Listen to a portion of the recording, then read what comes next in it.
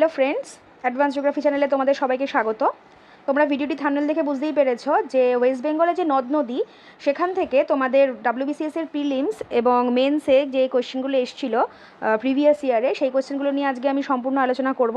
তাই ভিডিওটি কেউ স্কিপ করো না, ভিডিওটি খুবই ইম্পর্টেন্ট হতে চলেছে এবং তোমরা ভিডিওটি ফার্স্ট টু লাস্ট দেখলেই কিন্তু তোমাদের পুরো সম্পূর্ণ যে কোয়েশ্চেন এবং তাদের যে ধারণা এবং কী পড়তে হবে তোমাদের ক্লিয়ার হয়ে যাবে। তাহলে আজকে আমরা ফার্স্ট কোয়েশ্চেনে চলে আসি। দেখো, সবার আগে WBCS যে প্রিলিমস 2022-এ হয়েছিল, এখান থেকে যে কোয়েশ্চেনটা দেখো, এখানে কোয়েশ্চেনগুলো ইংলিশেই রয়েছে, কারণ তোমরা যদি ইংলিশে কোয়েশ্চেন প্র্যাকটিস না করো তো সেক্ষেত্রে তোমাদের প্রবলেম হবে। যে কোনো পরীক্ষার জন্য তোমরা প্রিপারেশান নিয়ে নিতে পারবে, ইংলিশ বাংলা দুটোই কিন্তু তোমাদেরকে প্রিপেয়ার করতে হবে।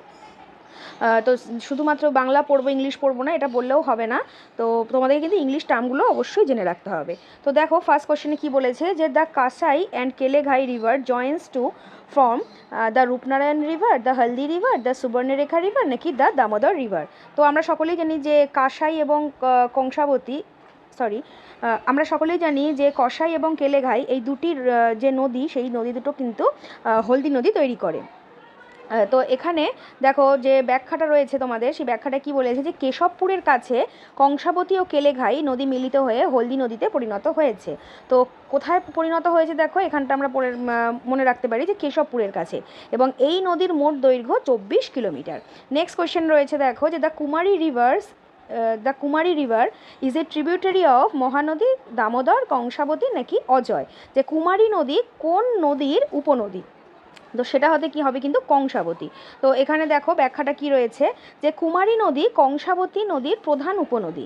এই নদীর উৎপত্তিস্থল হচ্ছে অযোধ্যা পাহাড়। পাহাড়ের পূর্ব ঢালে নেমে আসার সময় কয়েকটি ছোট ছোট নালার সাথে মিলিত হয়ে কুমারী নদীতে পরিণত হয়েছে এবং তার দক্ষিণ পূর্বে প্রবাহিত হয়ে পুরুলিয়া ও চান্ডিল রেল লাইন পেরিয়ে এই নদী মানবাজার ও বরাভূম ছুঁয়ে বাঁকুড়া জেলাতে প্রবেশ করেছে।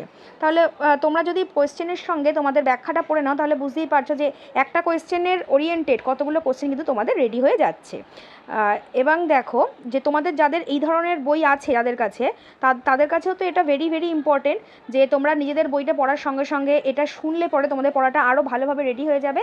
এবং যাদের কাছে এই ধরনের বই নেই, যে MCQ প্লাস তার ব্যাখ্যা সমেত যে বই নেই, তারা যদি এই ভিডিওটা ফলো করো তাহলে কিন্তু তারা এখান থেকে বিভিন্ন নিজেদের জন্য দরকারি নোটস তৈরি করে নিতে পারবে। তাই তোমরা কিন্তু অবশ্যই আমাদের সঙ্গে থাকো এবং নিজেদের জন্য এই চ্যানেলটাকে ফলো করো। নেক্সট হচ্ছে দেখো যে WBCS প্রিলিমস, এখানে দেখো 2021 সালে যে প্রিলিমস, এখান থেকে এই কোয়েশ্চেনটা এসেছিল যে নিম্নলিখিত নদীতে মুকুটমণিপুর বাঁধ অবস্থিত। কোন নদী? সুবর্ণরেখা, দ্বারকেশ্বর, বরাকর নাকি কংসাবতী। এটা কিন্তু অ্যান্সার হবে কংসাবতী নদী। তো এখানে এর ব্যাখ্যাটা কি দিয়েছে দেখো যে পুরুলিয়া জেলার ঝালদা অঞ্চলে প্রায় 600 মিটার উঁচু পাহাড় ঝাবরবন থেকে কংসাবতী নদীর উৎপত্তি। তাহলে কংসাবতী নদীর উৎপত্তি কোথায়? পুরুলিয়া জেলার ঝালদা অঞ্চলে। তারপর দেখো ভেদুয়া গ্রাম পার করে এই নদী বাঁকুড়া জেলায় প্রবেশ করেছে। বাঁকুড়াতেই কংসাবতী নদীর প্রধান উপনদী কুমারী নদীর সঙ্গে মিশেছে এবং এর মিলনস্থলে মুকুটমণিপুরের জলাধার সেটা কিন্তু গড়ে উঠেছে। জলাধার বা বাঁধ সেটা গড়ে উঠেছে। তাহলে একটু আগে আমরা দেখলাম যে কংসাবতী নদীর প্রধান উপনদী হলে কিন্তু কুমারী নদী, বা কুমারী নদী কোন নদীর উপনদী? কংসাবতীর। এবং কোথায় মিলন হয়েছে এদের? এটা হচ্ছে বাঁকুড়াতে। তো এই যে মিলনস্থলেই কিন্তু মুকুটমণিপুর বাঁধ বা জলাধার তৈরি হয়েছে। মুকুটমণিপুর বাঁধ থেকে অনেক কোয়েশ্চেনই আসে, তোমরা দেখেছো। নেক্সট কোয়েশ্চেন রয়েছে দেখো, পুনর্ভবা ও আত্রেয়ী হলো নিম্নলিখিত নদীটির শাখা নদী। কোন কোন নদী? যে তোরসা, তিস্তা, জলঢাকা নাকি রায়ঢাক। পুনর্ভবা ও আত্রেয়ী কিন্তু তিস্তা নদীর উপনদী। তো এখানে দেখো ব্যাখ্যাটা কি দিয়েছে যে উত্তরবঙ্গের সর্ববৃহৎ ও গুরুত্বপূর্ণ নদী হলো তিস্তা নদী এবং এই নদীর জন্ম সিকিম হিমালয়, যে পায়হুনরি হিমবাহে 7250 মিটার উচ্চতায়। তাহলে যে তিস্তা নদী সেটা কোন হিমবাহ থেকে উৎপন্ন হয়েছে? যে পায়হুনরি হিমবাহ। তো দৈর্ঘ্য কত? 315 কিলোমিটার। তিব্বতের লাচেন ও সিকিমের লাচুং হিমবাহের মিলিত ধারা হচ্ছে তিস্তা নদীর নামে পরিচিত। তাহলে তিস্তা নদী কি? তিব্বতের লাচেন ও সিকিমের লাচুং হিমবাহের মিলিত ধারা। তো এখানে দেখো তিস্তা সোজা প্রবাহিত হওয়ায় লেপচারা একে রংতু বলে অভিহিত করে থাকে। তাহলে তিস্তা নদীর আর এক নাম কি? রংতু। তিস্তা নদীর শাখা নদীগুলি কি? পুনর্ভবা, আত্রেয়ী, রঙ্গ, তিস্তা, স্যাচুং, রঙ্গনী, ঠং প্রভৃতি। শাখা নদী মানে এটা যদি প্রধান নদী হয় তো সেই নদীতে এসে যখন কোনো নদী মিলিত হয় তখন তাকে কি বলে? উপনদী, বা যেটাকে আমরা ট্রিবিউটারি বলি। আর শাখা নদী কি? এই যে এটা যদি মূল নদী এবং এই মূল নদী থেকে থেকে যখন কোথাও অন্য কোনো ওই স্রোত থেকে যখন অন্য কোনো দিকে সেই নদীটির একটি ধারা চলে যায়, তো সেটা হচ্ছে শাখা নদী বা যেটাকে আমরা ডিস্ট্রিবিউটারি বলে থাকি। তাহলে উপনদী বা ট্রিবিউটারি কি, যেটা নদীতে জল প্রদান করে, আর ডিস্ট্রিবিউটারি কি, যে নদী যেখানে জল দান করে, সেটা হচ্ছে ডিস্ট্রিবিউটারি। নেক্সট হচ্ছে দেখো যে নিম্নলিখিত নদীটি পশ্চিমবঙ্গ ও আসামকে পৃথক করেছে। কোন নদীটি যে পশ্চিমবঙ্গ এবং আসামকে পৃথক করেছে? রায়ডাক, শঙ্কোষ, কালজানি নাকি চেল? এখানে কিন্তু শঙ্কোষ হবে কারেক্ট অ্যান্সার, যে শঙ্কোষ নদীটি কিন্তু পশ্চিমবঙ্গ এবং আসামকে পৃথক করেছে। তো এর ব্যাখ্যাটা কি হবে, যে দেখো যে ভুটানের উত্তর পশ্চিম সীমান্তে পুনাখা পর্বতমালার গাংছোটা পর্বতশৃঙ্গ থেকে পাখাজু নামে উৎপত্তি লাভ করে জলপাইগুড়ি জেলার কালীখোলার কাছে পশ্চিমবঙ্গে প্রবেশ করে নাম হয় শঙ্কোষ।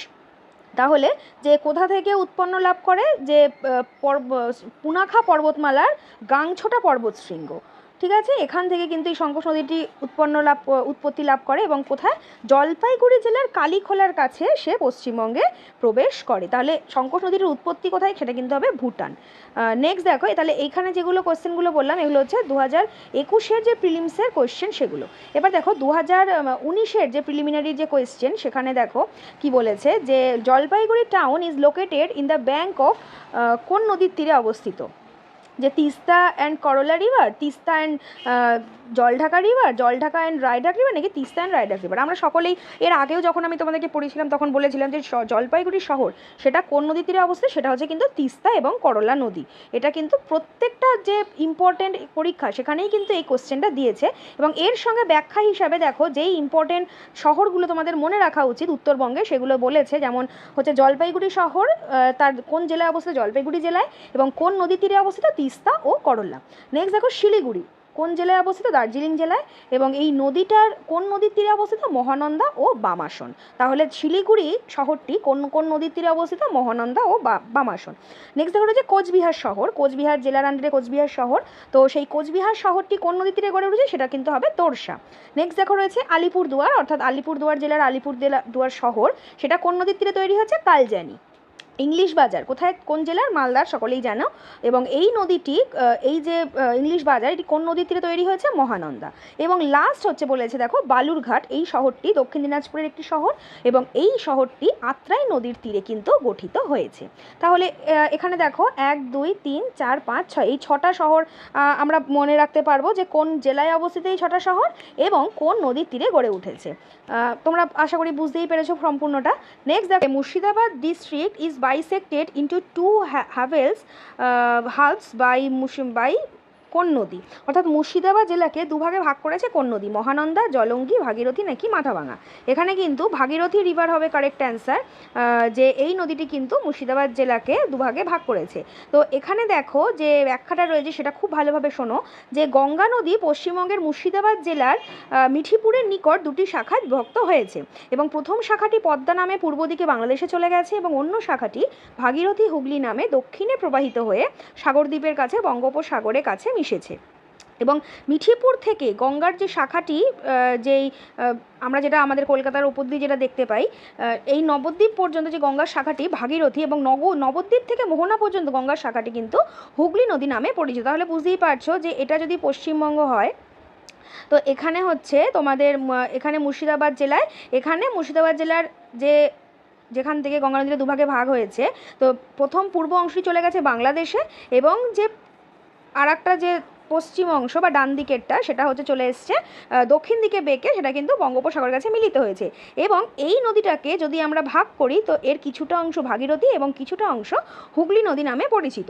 তাহলে হুগলি নদী নামে কতটুকু পরিচিত? এটা হচ্ছে দেখো মিঠিপুর থেকে নবদ্বীপ পর্যন্ত, অর্থাৎ মিঠিপুর বলতে যেখান থেকে নদীটা ভাগ হয়েছে সেখান থেকে নবদ্বীপ পর্যন্ত শাখাটি ভাগীরথী এবং নবদ্বীপ থেকে মোহনা পর্যন্ত শাখাটি হুগলি নদী নামে কিন্তু পরিচিত। Very very important. তো নেক্সট দেখো রয়েছে যে ভাগীরথী নদীটি মুর্শিদাবাদ জেলাকে দুটি ভৌগোলিক অংশে বিভক্ত করেছে এবং ভাগীরথীর পূর্বভাগের নাম হচ্ছে বাগড়ি অঞ্চল এবং পশ্চিম ভাগের নাম হচ্ছে কিন্তু রাঢ় অঞ্চল। তাহলে মুর্শিদাবাদ জেলাকে যে রাঢ় অঞ্চল, আমরা সেটা কোন ভাগে বলতে পারি যে রাঢ় অঞ্চলটি কোন জেলায় অবস্থিত? সেটা কিন্তু হবে মুর্শিদাবাদ জেলায় রাঢ় অঞ্চলটি অবস্থিত।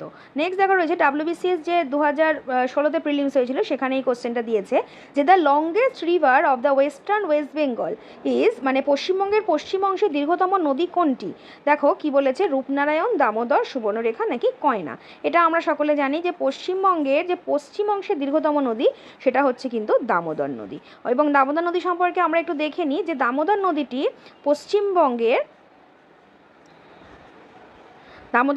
পশ্চিমবঙ্গের পশ্চিমের মালভূমি অঞ্চলের দীর্ঘতম নদ এবং এটি ঝাড়খণ্ডের পালামৌ জেলার ছোটনাগপুর মালভূমির খামারপোত পাহাড় থেকে উৎপন্ন হবার পর, অর্থাৎ দামোদর নদীর উৎপত্তি স্থল কোথায়?